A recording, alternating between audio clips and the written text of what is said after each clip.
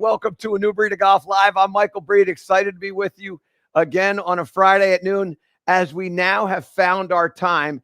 And I urge you to do a couple things if you would. If you have a topic that you want us to talk about, please email me at anewbreedofgolf@michaelbreed.com. Greg Ducharme is with me as he always is. Gibbsy, if you could give us a little close-up on Mr. Ducharme. There he is. And then also, too, maybe back that out a little bit. Show the world your smiling face, too, Gibbsy. Just slide on in there. There you go. Those are the two guys behind the scene that make all this stuff happen. So excited to talk to you today. And we're going to talk about the backswing, the importance of the backswing, and three things that I really pay attention to: the purpose of it, the priorities involved in it, and then obviously the preferences of what you like to see or what your coach might want you to do. So we'll get into those three things. But before we do all that, let me do a little housework here. First, many of you have reached out to me, and I continue to remind you, we have these poker chips.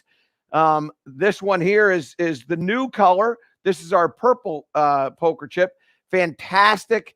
They're blessed. We had a little, there's a great look at what we've got. So we've got them in purple, we've got them in red, green, black, and then blue. So if you're interested in getting the poker chip, just send an email to me at anewbreedofgolf@michaelbreed.com. They're $6. That includes the shipping and handling, which Elf Ducharme takes care of. And then obviously we take care of the good Uncle Sam, take care of him as well.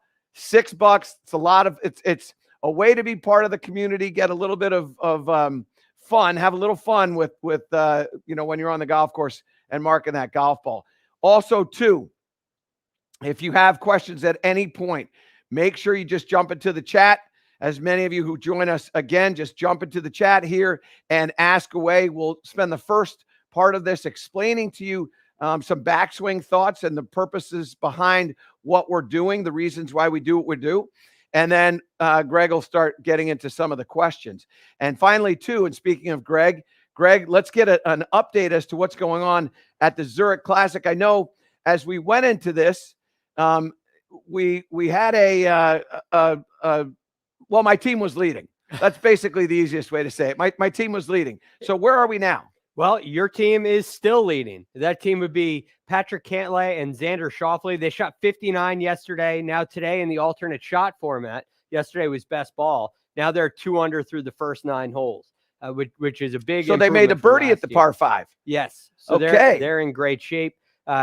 Jason Day and Jason Scrivener, they're at 13 under in second alone, and they have passed Matthew Neesmith and Taylor Moore, a team I really liked heading into the week. Brendan Todd, friend of the show, Chris Kirk, they're 3 under through 8 today at 11 under par. We have Billy Horschel and Sam Burns, my team. They're 1 over through 9, losing ground quickly. They're at 9 under par. I expect them to turn it around as soon as they see this video. What does the cut look like it's going to come at this point, if you were guessing? Because it looked like yesterday the average score was, you were right around -7. So yeah, cut is sort of -6-ish. Right now it's at 7 under. It is. Now I would expect heading into that would drop down to -6. Yeah, something like that. I think you'd typically see a scoring average in alternate shot that's over par, whereas in the better ball of 2 format, you end up getting a really low score. I mean, yesterday was a shade over 65. Yeah, so okay. So my guess is we nailed it last week, by the way. But this week, my guess for the cut is 6 under par. Okay. I'm going to stick with it. Okay. All right. So 6 is the number. Okay. So now what I want to talk to you about is the backswing and specifically the purpose of the backswing, the preferences of what you want in the backswing, and then the priorities of how we organize what we're working on in this. So, and I think, all through time, people said, well, you don't hit the ball with your backswing. No, you don't. But at the same time, the backswing is the time for you to get the club into the position where you don't really have to think about what you're doing in the downswing or through swing. And when you have certain things going on in your backswing where the club is in poor positions, and specifically the club face in poor positions, now all of a sudden what you have is you have some compensations that you have to make as a result of this club being in a poor position. So let me talk to you about the purpose of the backswing.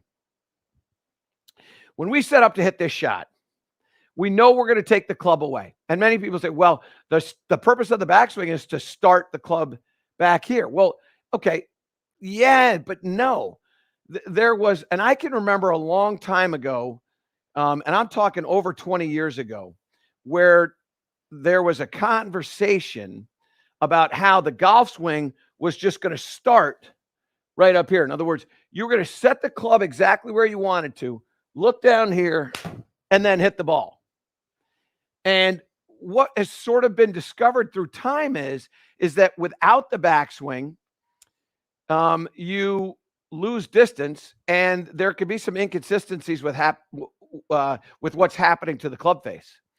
And so, to me, I think that the backswing has just that, those two real purposes in mind. I think we want to make sure we get control over the club face, and we want to make sure we generate speed. And speed's a really important part of the game. I don't need to tell you all about that. So what I like to tell students is this. The purpose of the backswing is to not mess up the face orientation, and then to figure out how we can generate speed.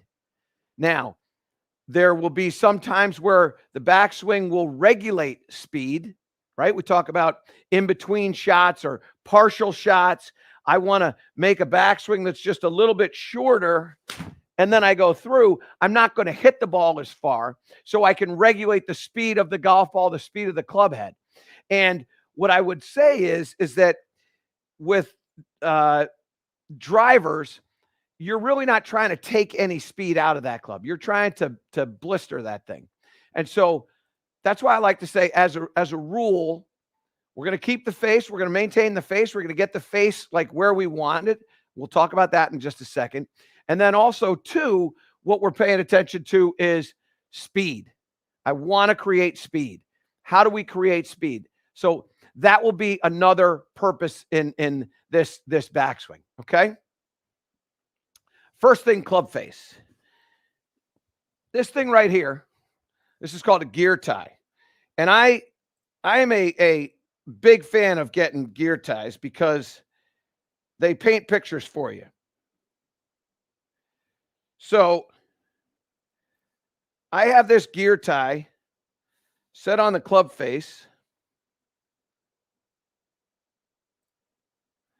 And in effect, what I'm doing here is when I set up, and that's probably a 7 shot if you could, Gibbsy. Yeah, there you go. And then just close in on that. Let me get this golf ball out of the way here.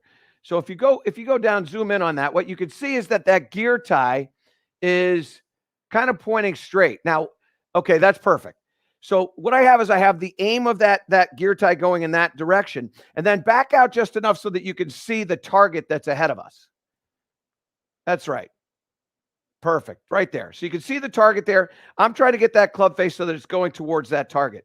Now, if I come through when the face looks like this, you can see that the gear tie is well to the right of that. That shot, if I have the club here, is going to curve over in that direction. It's going to go to the right.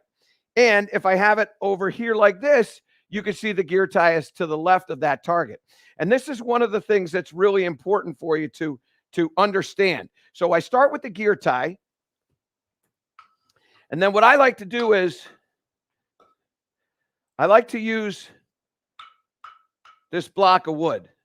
And what you can see is that block of wood is pretty much going down the line of that towards that target. And if you're so inclined, you can put a line across the wood here so that you can feel like you understand where the face is. You can move this block of wood up here and set the club face so that it's parallel to the back edge of that. That's a great shot there, Gibbsy. So you can see those two. And all you do when you go practice, you put the block of wood so that the back edge of the ball is on the back edge of the wood.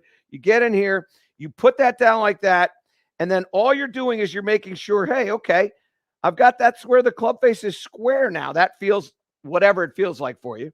That's square. And then you want to come back and try to get as close to square as you possibly can.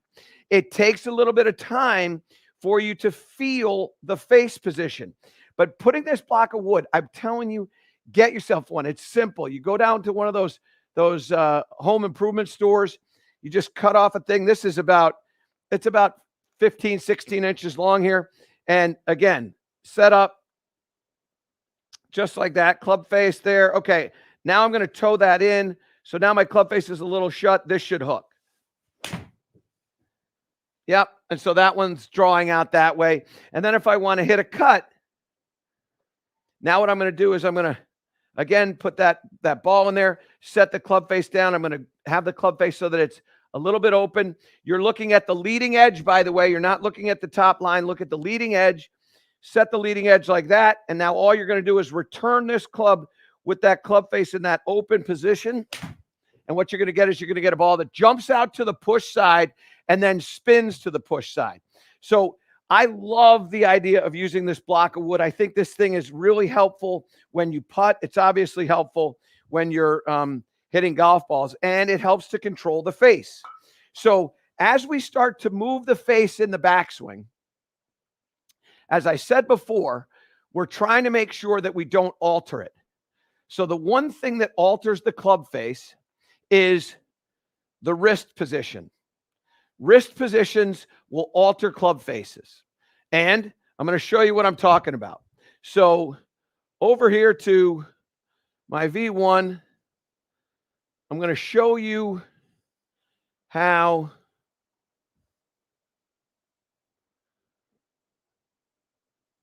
so here's one.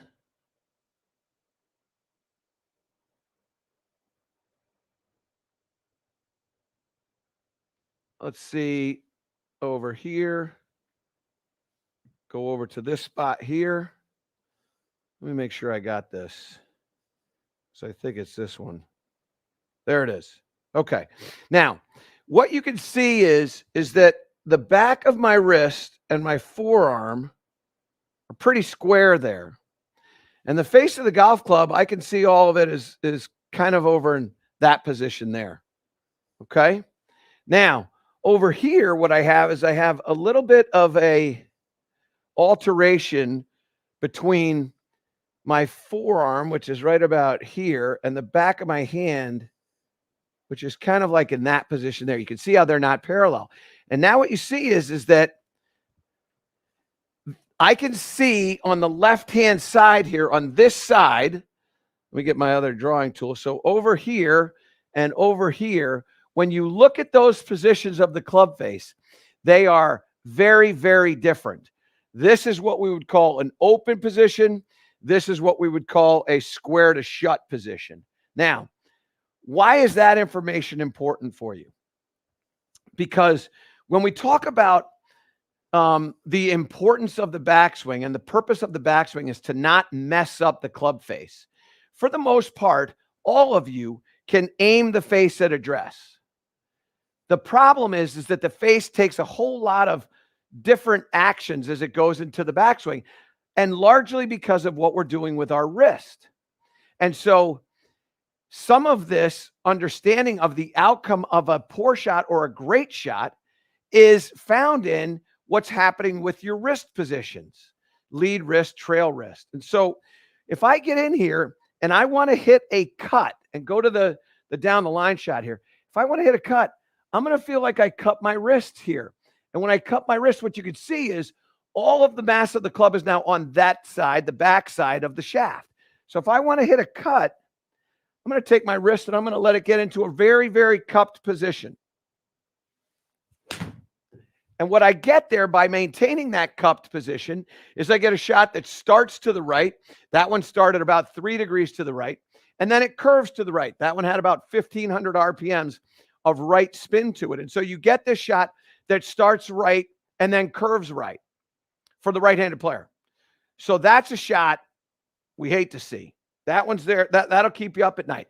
And what you end up doing is when you have this shot, a start right, curve right, or a start on the push side and curve to the push side, you don't know what to do. And so then what you do is you start going, well, I got to aim more left, or I got to swing more left. Either way, I've got to alter my path so that it's going more left. That's what you do. You offset that and you start swinging across the golf ball so that you can get it to end up the way you want. Well, that's feeding the frenzy. And so what I would say to you is, first thing you want to do when you get in here and you make this backswing, what I want you to do now is I want you to feel like you're going to take your wrist and you're going to bow it. Your lead wrist, you're going to bow it. And that's going to take the club face. It's going to point it up to the sky. So now all the mass of the club is now on this side, the front side of the shaft, not the back side of the shaft, but the front side of the shaft. And when we get that, you're going to see some things change.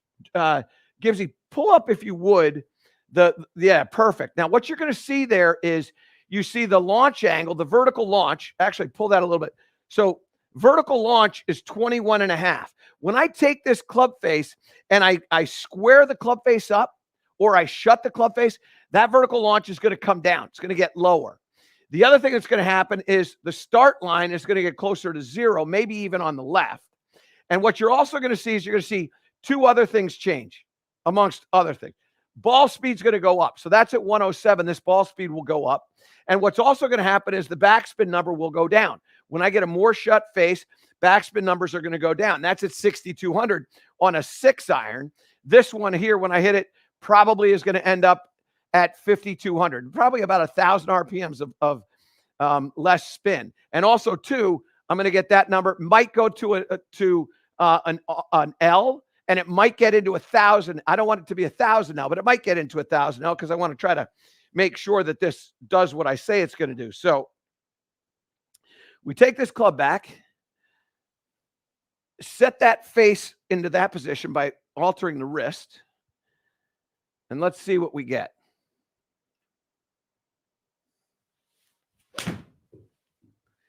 Okay, so now let's come back up to the screen up here, because this is where you start to see this information and how it changes, right? So I told you the ball speed was going to go up. We're going from 107 to 119. Now that golf ball did start left, and I told you probably was going to do that because I was going to overdo it. So when it starts left, now all of a sudden I get a horizontal launch of 1.9 left instead of 2.7 right. I get a spin of about 1,000. I didn't want 1,000. I got 1,001. Hate when that happens. But there's an L after that, right? So I got that ball to curve to the left as evidenced by that shot shape. But what also happened was I got more distance. I got a lower launch angle. I got a lower apex.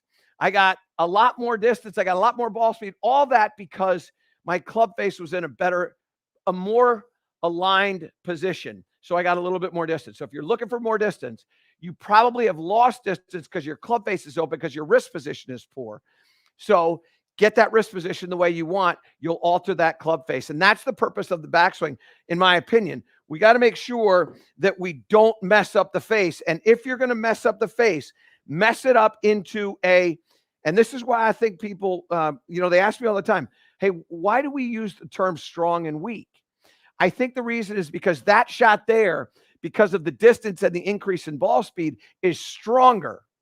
And so I think, hey, if we alter this grip and we get it into a stronger position, I'm going to hit it stronger. I'm going to hit it farther. I'm going to hit it faster. So I think that's where that comes from. So that's the first thing you need to do. You need to focus on the club face.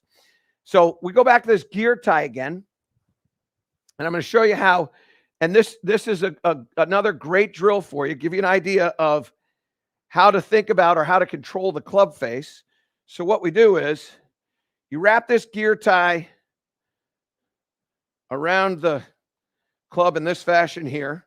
Okay. Now, what I'm going to do is I'm going to take the gear tie and I'm going to get it so that it kind of points to the left. Now, it's not absolutely perfect, and it doesn't have to be perfect. It just has to be ballpark.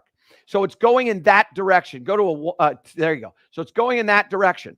Now, if you go to a 7 here, Gibbsy, not close up, just as close as it is. So shoot that over to a 7 if you would. Okay, perfect. Now, if I take the club back, focusing on this, and all I do is watch it, this spinning like that is going to cup the wrist. So when I take the gear tie and I point it in that direction or that direction, so it either points to the right or up, I'm going to cup the wrist. If I take this and I point it to the ground like that, now I'm going to strengthen the wrist position. So when I go here, fan fan the face open, you can see a lot of my Titleist glove there. If I take this and I point this down like this, you can't see the Titleist glove, and you also see that pointing down. So what I'm going to do now is I'm going to hit one, and I'm going to focus on that position there. And what I'm going to get is I'm going to get a shot that's going to be, again, very, very strong, spin off to the right-hand side. That one there went about 185 yards, and the numbers are very similar. I've got not quite 1,000 RPMs of left spin. I've got about 4,200 RPMs of backspin. That vertical launch was at 15.8. Great shot there, Gibbsy. And so what you can see is those numbers changed. The ball speed wasn't as fast as the one before. However, it's faster than the 107. So what I get there is an idea of what's going on with the face, and that allows me to get control over the shot. And this can be very beneficial for you because now you really understand how to curve the ball, how to work the ball. And don't think that if my wrist is cupped, that's bad, because that doesn't necessarily mean that it's bad. It can be intentional. If I want to hit a cut shot, as I said before, I want to set up here. There's water on the left-hand side. I'm on the 18th tee at Pebble Beach, and I can go anywhere but left. I'm going to set up like this, and I'm going to go, okay, just let that wrist cup. Swing as far to the left as you want, and it can't go to the left. And so, yeah, it's a little weak. Yeah, it's okay, but it's not in the water. I get to swing for a second time. I'm not dropping from my knee for a second shot. So that's one of the things that you're paying attention to, that you can use this wrist position as a way to control the shape of the golf ball. Vital for success is knowing what the ball is going to do as it's flying through the air, and also too knowing what it's going to do before it gets into the air. And when that happens, that's how you improve. Okay. All right. So now I want to talk to you about the next part of this, and that is the width of the backswing. And people talk about all the time the importance of the length of the lead arm, that you have to take the lead arm in the backswing and it has to be dead straight. Well, that's a preference to me. That's not actually, a necessity. It's a preference. There have been a lot of players through time and players that are playing golf right now who, when they come in, that elbow is a little bit bent. We think about Lee Westwood as one of those players. He is a fabulous ball striker, a fabulous iron player. His elbow is bent. It's not a necessity, but width is a necessity. To me, width is a necessity. And the reason why is, if we bring this in here, what I'm trying to do, and Gibbsy, this will be a 5 kind of close up, if you would. What I want to do is I want the club to be coming into the ground. Yes, it's coming down, but also too, what's happening here is it's going forward. It's going along. If I have an angle of attack that is steep like this, what I lose is I lose the transference of energy from the club head to the ball. So what we want is we want this club to be coming into the golf ball, coming down, but also along the ground. Okay. So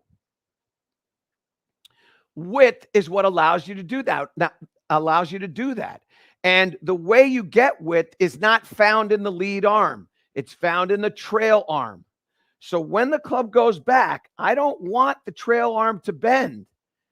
This is something that creates major problems. And you see this all the time. People get in here and they take the arm and they go like this, and then all of a sudden the lead arm bends, but it's really the trail arm. I get in here and I let this bend like this. Now look at how steep the angle of attack is here. Not just away from the ball. I'm taking that back. My club head isn't getting into the screen right there. So watch the club head here as it goes back and I lift it up. It stays inside the screen. I want that club head to reach into the screen right there. You can see how far into that screen it is. Now, I don't have my left hand on the club yet, but what you're going to see is when I do that, now it gets into the screen, as opposed to here, it stays short of the screen. The shorter that is, the narrower it is. The narrower it is, the more distance you're going to lose, the more club head speed you're going to lose in its transference into the golf ball. So I could swing the club at 120, I'll make up a number, 120 miles an hour with a driver, but I don't get that 120 transference into the golf ball if it's really steep.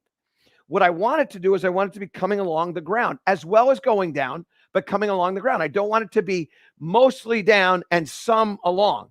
I want mostly along and some down. And the way you achieve that is by letting this trail arm push back away this way. So when you take it back, I want you to feel like you're pushing that trail hand out away from you. So we go like this. And what will happen when I do this is I'm going to get a higher apex. So that ball that I just hit, the one before was at 78.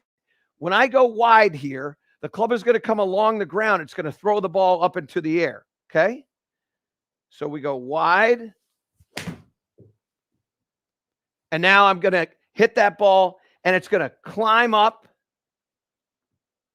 Let's try it again. Wide.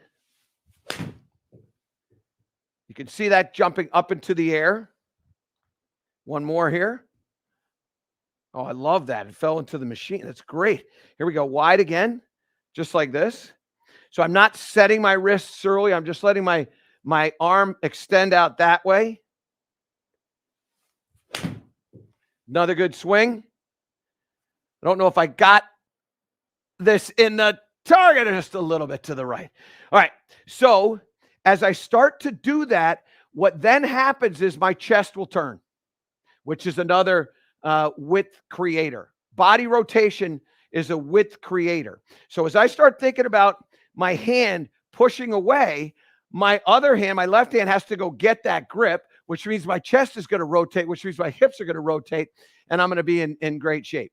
So pay attention to width with the trail arm, trail hand, and pay attention to the club face. Now, I want to talk about one other quick thing.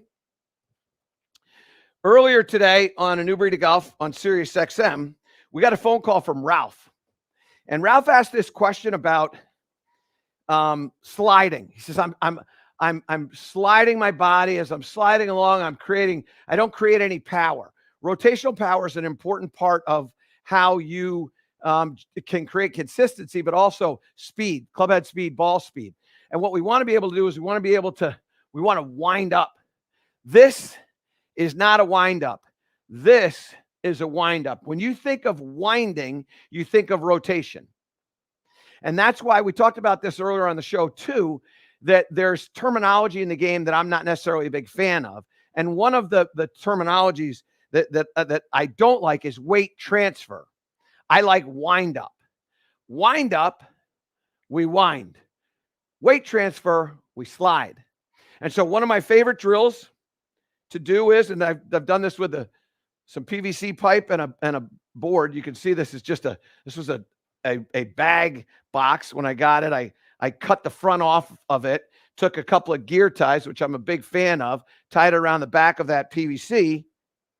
And so I'm here. So here's how you practice this. Now, I did this for me. You can use a wall at your house. You don't have to build this thing. You use a wall at your house. What you're going to do is you're going to take a club. I told you on the radio show to use the driver. You don't have to use the driver. You can use any club you want. This is a 6-iron. What you're going to do is you're going to take the butt end of the club, put it up against that, and then hold it against your belly here or your belt. And what I want to do is I want to take it just off of that. So give yourself a 1/2 inch. Now, if you slide your hips and you slide your upper body, you're going to knock into that. Just a half an inch of motion, and all of a sudden you're hitting that. That's not a lot. What you want to do is you want to rotate this away. And the reason why I like this so much is I'm trying to get 45 degrees of rotation out of this. Well, 45 degrees of rotation is probably that angle right there. So I take this here and I rotate this to there, and I don't hit that. So you get to where you can box that right up against there. I mean, you get really close and you rotate that to there. That's not a tremendous amount of, like, you can do this in here like this, rotate to there. Now, when you feel that, after you feel that, now you get in here And you feel that rotation. It's not massive. And you go. So you feel the body spinning. The club tracks in. Club face is still good. I haven't compromised anything that I want. The club is going to move along the ground. It's also going to be steep, but it's moving along the ground. And I'm going to start to get a ball. That last shot apexed at 99 feet. Now, I don't know what I'm going to get on this one when I just think about rotating my hips, but my guess is that it's going to be somewhere in that neighborhood. It's also going to have a little bit of a draw, and it's going to have a lot of club head speed. So come on up to the front here, if you would, Gibbsy. And what you're going to see is the following. Just thinking about my hips getting turned. So now that gives me a little bit of width. I got ball speed at 121.5. That's really fast. That shot flew 190 in the air, 6-iron. Okay. The ball drew. So it started out to the right, 3 degrees. It spun to the left, 892 RPM. So it starts to the right, turns to the left. Vertical launches at 17.6. And the apex is at 91 feet. So it wasn't 99, but it certainly wasn't 78. And so what I'm telling you is that don't mess up the face. Make sure you get some width. And as you rotate the body, don't let the hips slide. Like Ralph was asking that question. Don't let the hips slide. Let the body rotate. Use rotational motion, wind up motion to create speed. And when you start to do that, now you're going to have the backswing that you're looking for. That's the purpose. That's the priority of what we're trying to do. Get the width, get the club face, and then you get into preferences, which I'm sure we're going to touch on in a little bit. So with that, I'm going to chuck it over to my friend Greg Ducharme, and he's going to give us an update as to what's taking place at the Zurich Classic, and then B, we'll get to some of your questions. So Gregory, here we go. I have some good news for you, Michael. I love good news. Your team is 3 under through 11 after shooting 59 yesterday. Patrick Cantlay and Xander Schauffele at 16 under par. But that lead is still, it's only 1 because Jason Day and Team Jason, Australian Jasons, Jason Day and Jason Scrivener are at 8 under through 14 in alternate shot. They're 15 under. Extremely impressive round. That is very impressive. It's unbelievable. Yep. Cameron Tringale and Wyndham Clark are 2 under through 8. They're at 12 under, 4 shots behind your boys there. Matthew Neesmith and Taylor Moore still at 12. They haven't teed off yet. Brendan Todd and Chris Kirk playing really nice golf. They're at 11 under par, 3 under for the day today. And so they're trailing by 5. And that cut line you were asking me about, is that get to 7? It's at 7. Yeah. It touched 8 right after I predicted 6. It touched 8. It's back to 7. I think 7 is the number. I would be surprised if it got to 8. Okay, let's get to some of these questions. And again, thank you all so much for joining us. Where are we? We're over here. Thank you all so much for joining us and getting these questions along. And by the way, I'm going to ask you this, so please remember this. Send an email to me if there's some topic that you want to talk about. Just send me a quick email. We'll get all these emails, and then we'll go, okay, you know what? Everybody wants to talk about this, and then we'll talk about whatever it is that you want to talk about. So please get that to us. Go ahead, Gregory. First one from Melissa. Hi, Michael. Can you tell me why I generally hit straight shots or a slight draw with my irons, but slice all of my woods? Okay. So this is always a fun topic, because the slicing of the woods is a result of ball position. So, Melissa, when you set up to the ball, you have been taught, told, read, whatever, to put that ball forward in your stance. Play it off of your forward toe. So let's play it off the forward toe. So we get in there to the forward toe. And now, if we go to a down the line shot here, what we're going to see is that in order for me to get up there like that, I take my shoulders and I open them up. When I open them up, I tend to get my trail hand, my right hand for the right-handed player, coming into the grip by pushing down this way. And my shoulders, and I'm exaggerating, my shoulders get a little open. So here's what I would tell you to do. What I would tell you to do is twofold. One, move that ball position back. I don't want that ball position to be up there. I want the ball position if we can come back to a two shot here, Gibbsy, what I want you to do is pay attention to the ball position relative to your upper body, not your lower body. And so, and this will be something that you may have heard me say many times. Certainly it's going to be something I'm going to say all the time, because this is what I believe. Ball position is an upper body thing, not a lower body thing. And so when you go to hit this, what I want to have happen is I want that ball right about off of my logo with a driver. And then what I want you to do in a down the line shot, if you could, is I want you, when you get set in, to put your trail hand on your thigh. And I want you to come into the club and get under that grip. I don't want you to get on top of that grip. I want you to get under that grip. And when you get under the grip, now all of a sudden it's going to feel like it's a lot stronger, a lot more in the palm of the hand. And then what's going to happen here, got to make sure I'm not going to hit anything, is now all of a sudden your shoulders are going to be square. You can see when I get set up here, how you see this little sliver of my lead arm on top of this. If I go like that, you see the lead arm under my trail arm. When I'm here, it's above the trail arm. That's going to let the club come from the inside. Also, too, my club face is going to be square. And what I should get from this is a shot that's going to, well, there you go. It's going to go left. I told you. So you'll get rid of that shot that's going to the right. I don't play from that position, but that is certainly what you need to do to alter that position. So we're going to move the ball back a little bit. We're going to put that trail hand on the thigh and then come in underneath. And when you come in underneath, you'll get that grip in a better spot. You'll get control of that club face. You're not going to hit that shot like I did. You'll hit it so that it goes kind of straight and doesn't go to the push side. Okay, great question. Thanks, Melissa. Go ahead. That shot, I think, is a good segue. This is from LaBelle. My miss is to the right as a right-handed golfer. I've started to feel the toe to the ground to help shut the face, and now I'm hooking it. Thoughts on how to meet in the middle? Okay, so remember I told you before how you have this block of wood right here to help you with the face at address. Well, now what you do is this. Turn it this way, okay? And now what you're going to do is you're now going to start to feel the face at impact. And this is a drill. I did a thing with Johnny Miller, I don't even know how many years ago. And he said a drill that he used to do was he would take the club and he would bring it down into impact, and then he would go, okay, I want the face to be open. I want the face to be, and this is exactly how he did it. He would raise his voice a little bit as he came into impact. I want it to be closed. I want it to be square. And so what you want to do is, listen, one of the best iron players ever to play the game. Learn from what he had to say.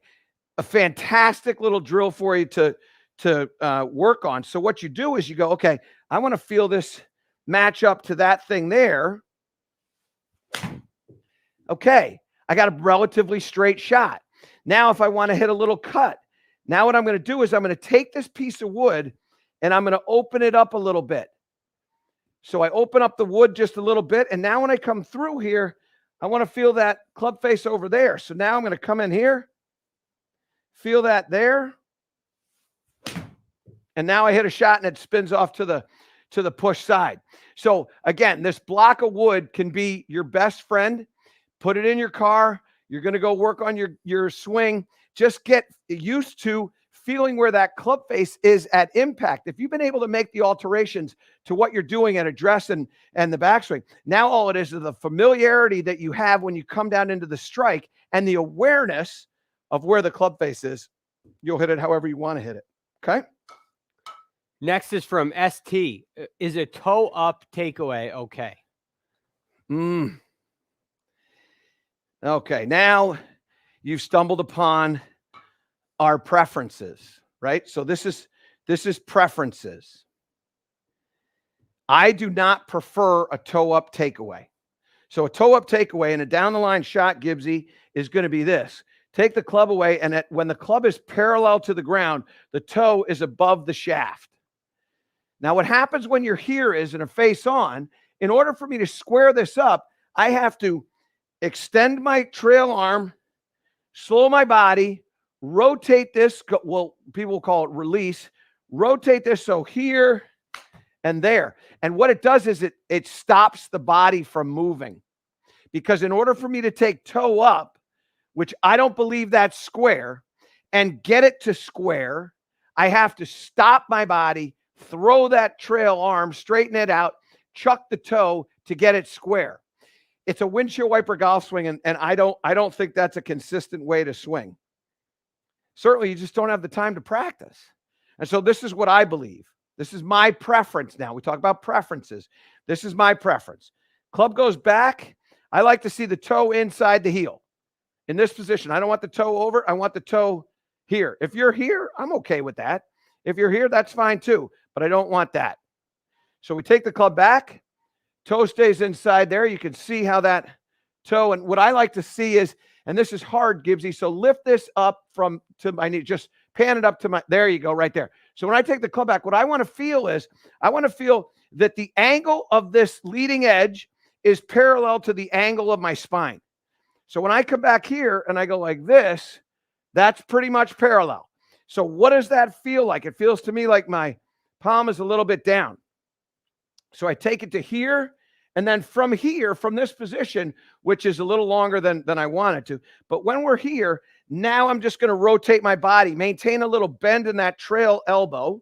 So here and there. And what I get is I get a very, very straight shot. There's not a lot of curve in that shot. In fact, it stays right down the line. And I didn't have to do anything. All I did was take my body and just kind of rotate it through here, keeping that bend in the elbow. Do that again for you. So here, rotate, and you can see that ball kind of stays in that little channel that we have out in the fairway there. And so for me, I don't like seeing the toe up. I like seeing the toe in. I want the toe inside. I want the toe kind of closer to the strike line or the target line than the heel. I don't want to see that toe up. That's open. That's an open position to me. I want the leading edge to parallel my spine at halfway back. Okay. Okay. This is from Daniel. When shaping shots, is the backswing more important than the follow through? So this is an interesting one because there's a number of things to this. First of all, when shaping shots, the club face is most important. The club face is most important all the time. The follow through to me is a result of what you do in the backswing and your desire to curve the ball in a certain way. However, there are ways to, we talk about this term preference.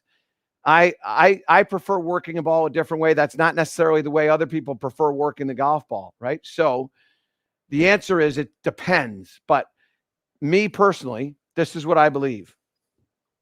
I believe that you create impact at the top of the backswing. So if we go to a camera 2-shot here, Gibbsy, I take the club back. I'm here. If I want to hit a draw, club face is going to look like this. If I want to hit a fade, club face is going to look like this. But regardless of that, I'm still taking the club and I'm rotating my body down this way. So I let the club's position at the top be what it is, depending upon the shot that I want to hit. And then my downswing, my follow through is going to be relatively similar. I'm not trying to add more forearm rotation or take forearm rotation out. If I want to hit a cut, I'm going to take the club a little bit outside here. That's going to help open up the club face for me. And then I'm going to rotate my body coming through the shot. And what I get is I get a golf ball that starts down the left and it fades to the right. It just moves a little bit to the right there. That one had about 60 RPMs to the, go ahead and show that shot if you could, Gibbsy. And you can see that's a relatively straight shot. That's what we would call a fall fade. And then if I want to hit a draw, what I'm going to do now is I'm going to make my backswing, instead of going outside so much, I'm going to let this come inside a little bit, maybe add a little bit more hip turn if I'm really concerned about that. But then when I get in there, I'm still in a rotation phase.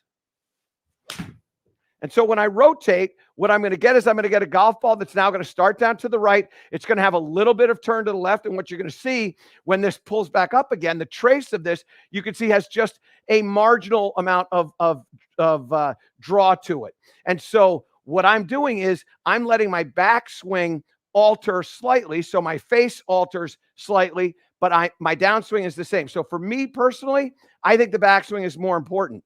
But That's my preference because I don't want to, I try not to have my students or myself create curve by altering the club when the club is moving its fastest. And it's moving its fastest from the top of the swing down in through impact. I don't think that the best way, the most consistent golf will be played by making alterations in the golf club when you're coming into the downswing. That's not the way I see the swing. So that's my preference. Next is from Jason. How do you keep from getting too flat? Anthony, his son Anthony, tends to get a little flat on the takeaway. Okay. So there's a couple of ways to do this. This will be a down the line shot. There's a couple of ways to do this. So here's what I do when I'm working on my golf swing and I don't want to get flat. What I do is I take my board, I put my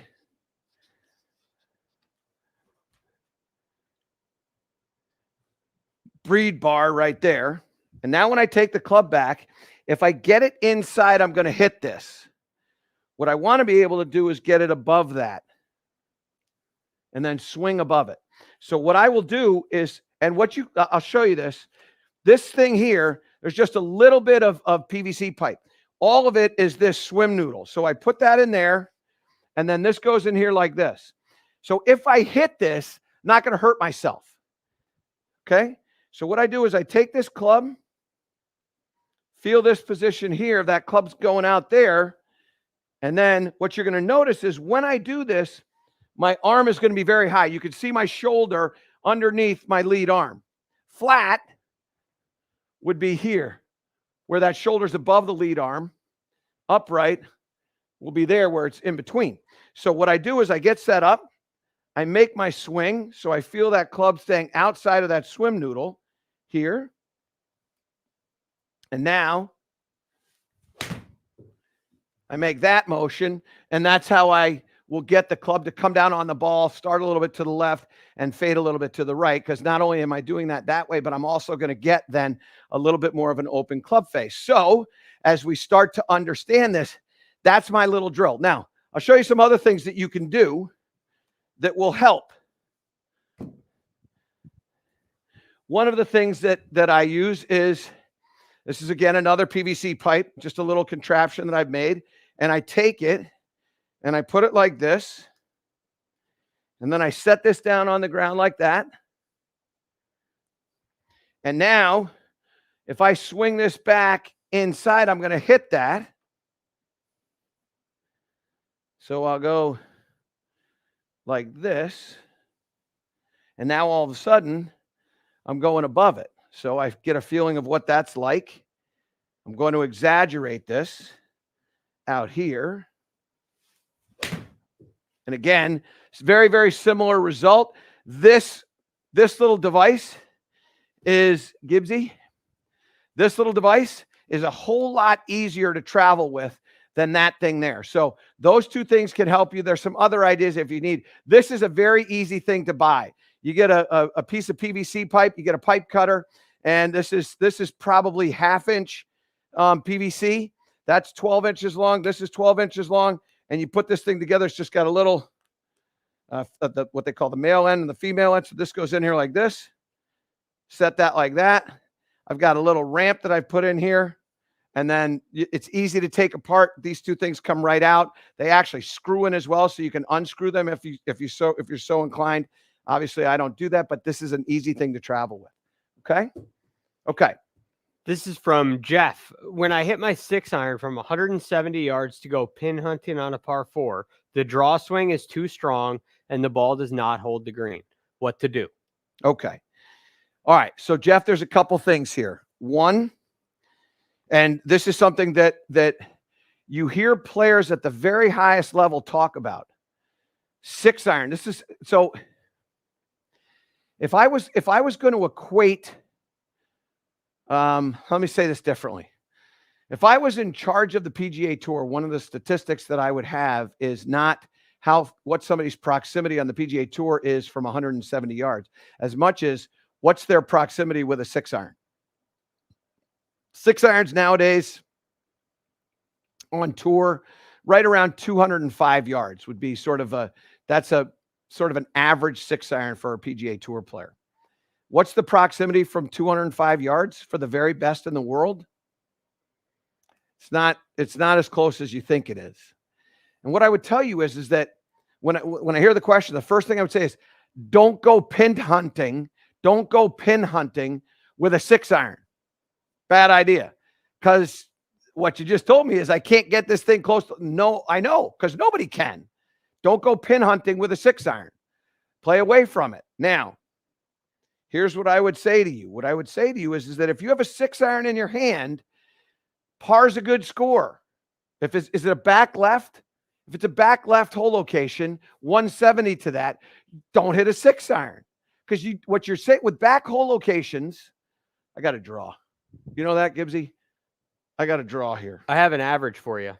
What is it? 42 feet, 3 inches. 42 feet, 3 inches. So let's create some Picasso here. So here's a green. Okay. Now, hole location, 170. Hole location, 160. Hole location, 150. Okay? As a rule, greens are 30 yards in their depth from here to here. So if this is at 170, you typically are going to have here about, I'm going to say 175 to the back edge of the green. And here, this will be about 145. So there's your 30 yards. So you got 30 yards front to back, hole location 170. That means you have 15 feet behind the hole. When you have a 170 shot, I only want you to hit this thing 165 yards. Because I don't want this shot to get past the flag. Typically, if it gets past the flag, you're putting downhill, which means green speeds are fast. Typically, when it gets past that hole location, you can 3-putt. Or if it goes over, you have an impossible up and down. So 170 back flag, 165. If I have 160 to the middle, now I hit my 160 club. Now you hit the 160 club. If I have 150 to a front hole location, now I'm going to hit my 155 club. But if you play golf where, okay, 170, every 170 shot, no matter what, I'm pulling out the 6-iron, you're going to be in trouble. If you have, and let me just erase a couple things. If I have 170 here, this is 170. If I have 170 to here, now I'm hitting 175. Sounds weird, but here's what I want you to think. I want you to think when you have 170 to a front hole location, it has to stay in the air at least 165. Your 170 club, that's going to be, I got to crease it. Hit 175. It actually works opposite at our levels. It works opposite. 170 front hole location, hit a 175 club. 170 middle hole location, 170. 170 back hole location, 165. Play that way, and I am telling you, you will score better. Don't take on that shot, and don't go pin hunting with a 6-iron. Because what I'll tell you is if you go pin hunting with a 6-iron, you're going to be the one that's going to get hunted. I promise you. You're going to get wiped out. Don't do that. Save yourself that, okay? Okay, go ahead, Gregory. Okay, this is from Ricky. I'm a lefty. I played a draw my whole life. I finally learned a power fade with the driver, and I love it. But now when a hole sets up for my draw, I block it left, and it won't come back. What am I doing? Okay, so this is a simple one, Ricky, and this one we're going to learn from the very best players in the world, and that includes #1 player in the world, Scotty Scheffler. So here's what I can tell you. You have control and confidence with your driver. You got a little fade, so it's moving to the left. home run. You got to move it to the right. Hit a 3-wood. Just hit a 3-wood. It will have less curve. You might even be able to hit a draw with it, but it's not going to leave the fairway. And so you force the golf course to play what you want to play. Take your 3-wood, stand on the left side of the tee, hit your 3-wood out there, play for straight. I mean, it's the easiest thing you can do. I'm telling you, it's the easiest thing you can do. And I promise you, low scores. Might not birdie the hole. You might not birdie the hole, but you know what you're not going to do? You're not going to make a double bogey. I'm telling you, you're not going to make a double bogey. Go ahead. This is from Mickey. How much of club face position, open, square, closed, is controlled by forearm rotation? This is an interesting one because if I alter my grip, so if I take my grip and I alter it this way, I've got forearm rotation.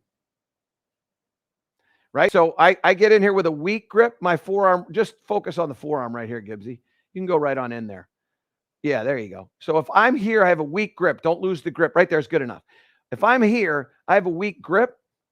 Well, now all of a sudden my forearm is rotated up. If I strengthen my grip, watch my forearm. I'm going to strengthen my grip. Look at the forearm rotate. So how much of face control is forearm rotation? All of it. It's all of it.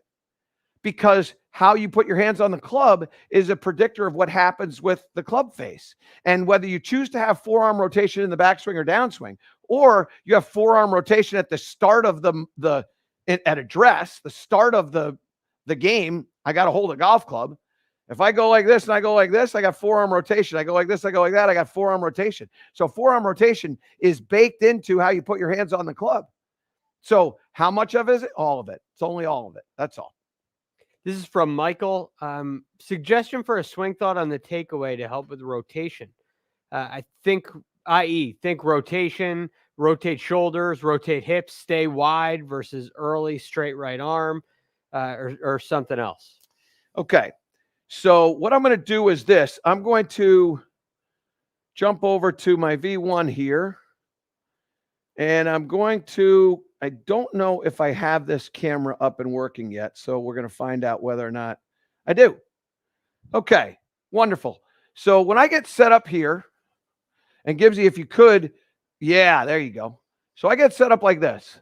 When I want to rotate, the whole key to my rotation is the back of my trail shoulder right here. You see where my FJ is right there? I want to take the back of my shoulder and get it where the FJ is.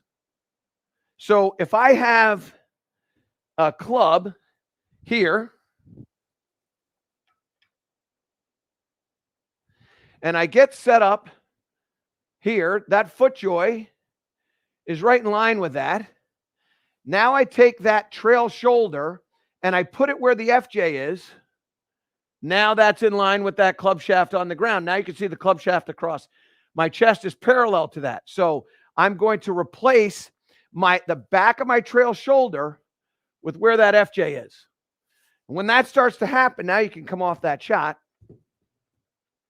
Now what I'm going to get is I'm going to get a body rotation, an upper body rotation that is going to allow me to have a little bit of a longer trail arm. It's going to allow me to have a little bit more hip rotation. It's going to allow me to create, that was 118 miles an hour ball speed. Yeah, I know it drew, but that's what's going to happen. When you start getting that massive amount of turn, you're going to have an opportunity to get the club from the inside. For me, when I do that, I tend to get massive draws.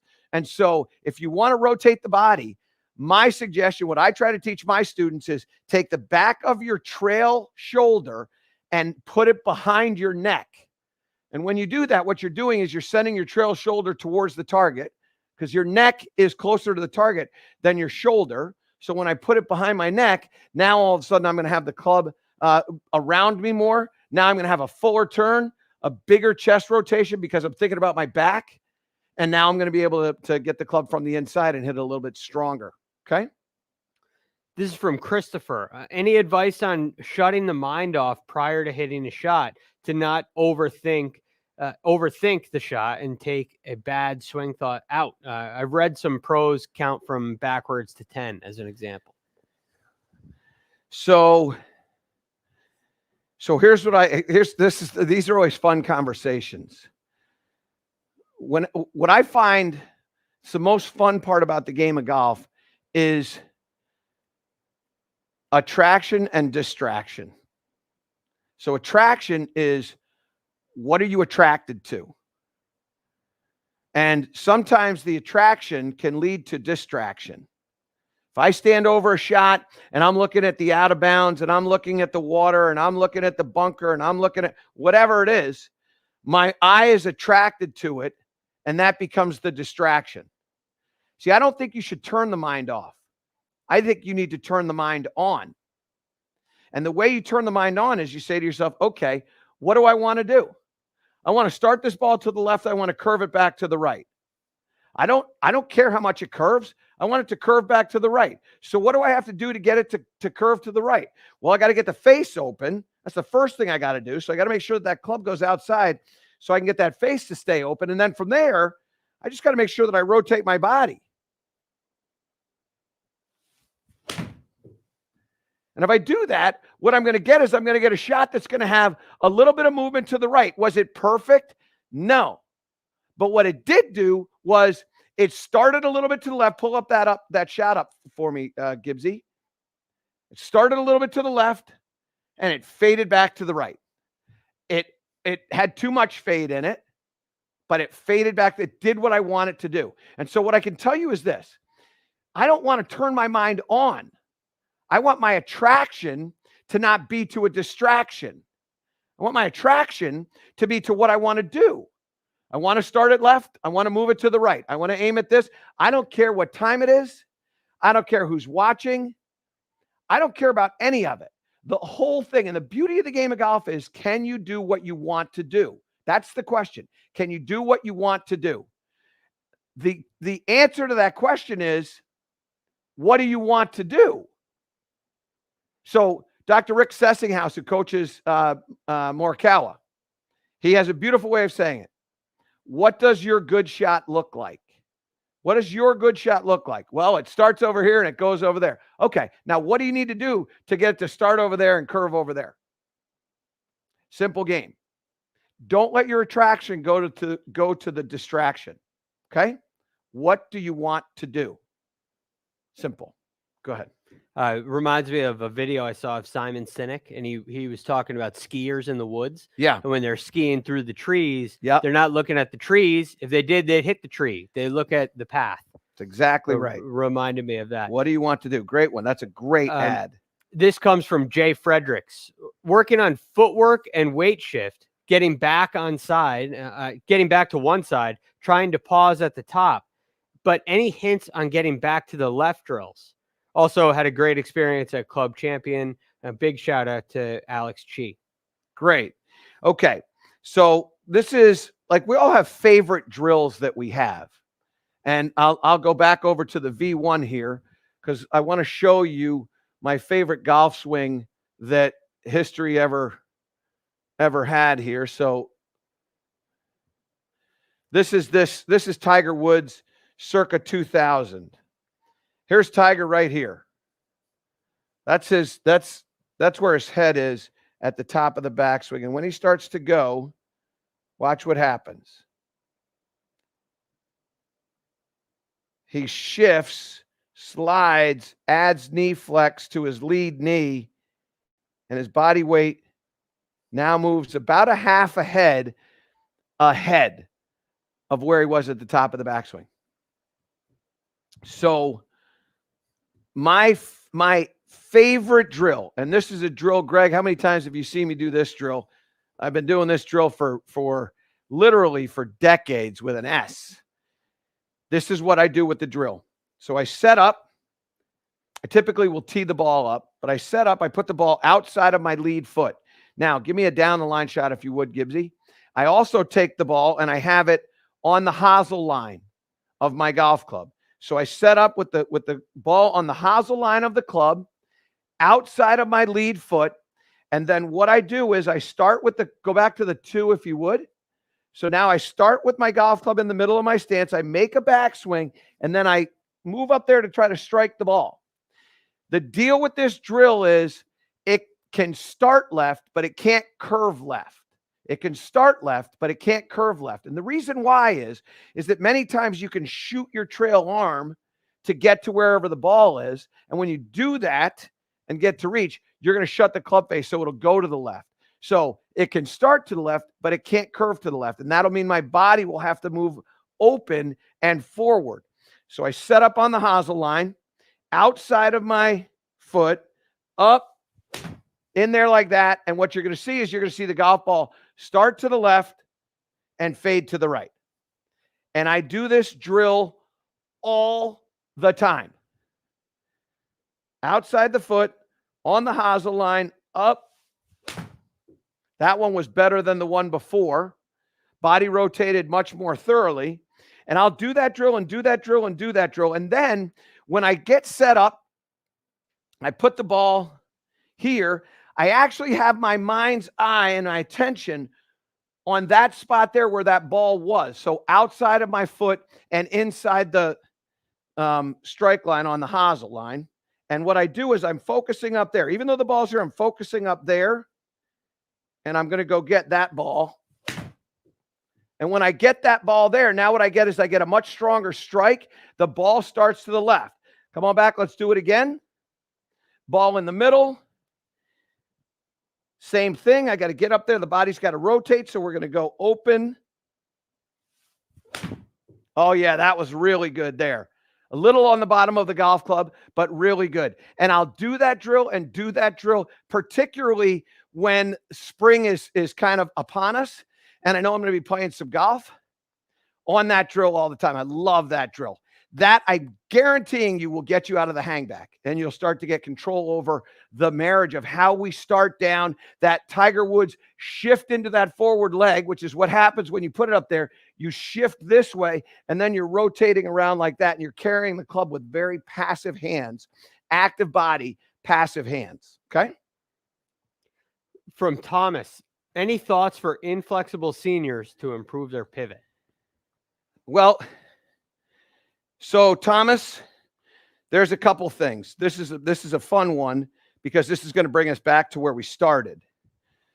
The first thing is, hey, I'm inflexible. How can I possibly turn with my inflexibility? So the answer to that question is, if you don't know how to cook, don't say I know how to cook. I would never, like, all I can do is make pancakes. I'm good at pancakes. I can put blueberries in them, sometimes raspberries, occasionally strawberries, never bananas. But blueberries is my specialty. And when my kids ask, I can put some chocolate chips in there, but I know how to do it. But I never say to my wife, hey, sweetheart, I'll cook the chicken tonight. I got all that covered. Wrong guy. That is not, like, I'm not good at that. And I don't ask me to do that, and she doesn't ask me to do that. And therefore, my kids eat good food. Doesn't end up in the garbage can. Now, you tell me you're inflexible. Why, if you're inflexible, why would I tell you that? Oh, you got to rotate more. Go rotate. Let's go rotate. No. We got to figure out how to get this club to have some length without asking you to rotate as much as you can because you're inflexible. So here's what I would tell you to do. First, narrow up your stance. If my feet are close together, I have a greater range of motion than if my feet are wide. So I'm not saying the heels have to touch, but I am going to say you're going to play with a little bit of a narrower stance. You may want to take your toes and flare them out a little bit, but you're going to have your feet close together. That's the first thing that you're going to do. That's going to give you a little bit more rotation. Okay. Second thing that you're going to do, and the most important part of this whole thing, is we're going to start to hinge our wrists, because this is a power source. Rotation absolutely is a power source, but wrist hinge is a power source. And so if you're struggling with flexibility, we still have to get the golf club to travel back a little bit. So what we want to do is we want to let the wrists hinge a little bit more. Okay. So what we do is we hold this club a little bit more in the fingers of our hand. Okay. So it's going to, I don't know if you got a 3 here, Gibbsy. Give me a 3. Okay. And then zoom in if you would. Beautiful. Now, that's great right there. Okay. So what you can see is my fingers are now, I'm going to make my fingers parallel to the ground. I'm going to put the club in my fingers perpendicular so that I have what we call a long thumb. And that will give me a little bit more wrist hinge. So we take the grip, make it a more finger grip with a long thumb. Now let's come back in on the 2. And then what happens here is now when I make this club and go to the backswing, now I've got a ton of wrist hinge, which is speed. So what I'm going to do now is I'm going to narrow my stance, and then I'm going to let my wrists hinge. And what you're going to see out of this is I may get this club to parallel without turning my hips and my upper body a lot. So here we go. Let's go to the, yeah, there you go, Gibbsy. So here we go. And so what I got was a pretty good strike with not a lot of movement. I didn't ask my body to do something my body can't do. I didn't send me to the kitchen to cook. And that's what I would tell you. Don't go to the kitchen if you can't cook.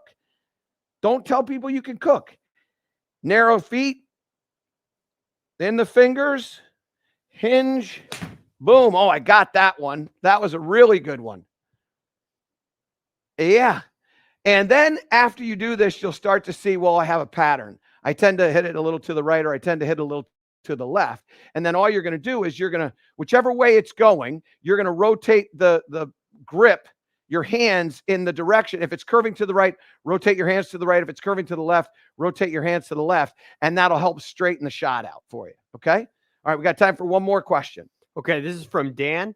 Can you speak to the value of keeping the trail elbow in close to the body in the downswing? So Dan and everybody, I like the trail elbow to not just get close to the body, but to get in front of the rib cage. So I want to get the trail elbow in front. And I want to try to make sure that more importantly, that the trail elbow stays bent. This is one of the core principles for me when it comes to power. So when I look at individuals that swing the club fast and hit the ball far, they all have bend in that elbow when they get to the strike. That elbow gets in front. This is what Hogan always talked about. He used to get to a point where he tried to feel like he was going to wear a hole in his sweater because of the trail elbow. I want the elbow to get in front.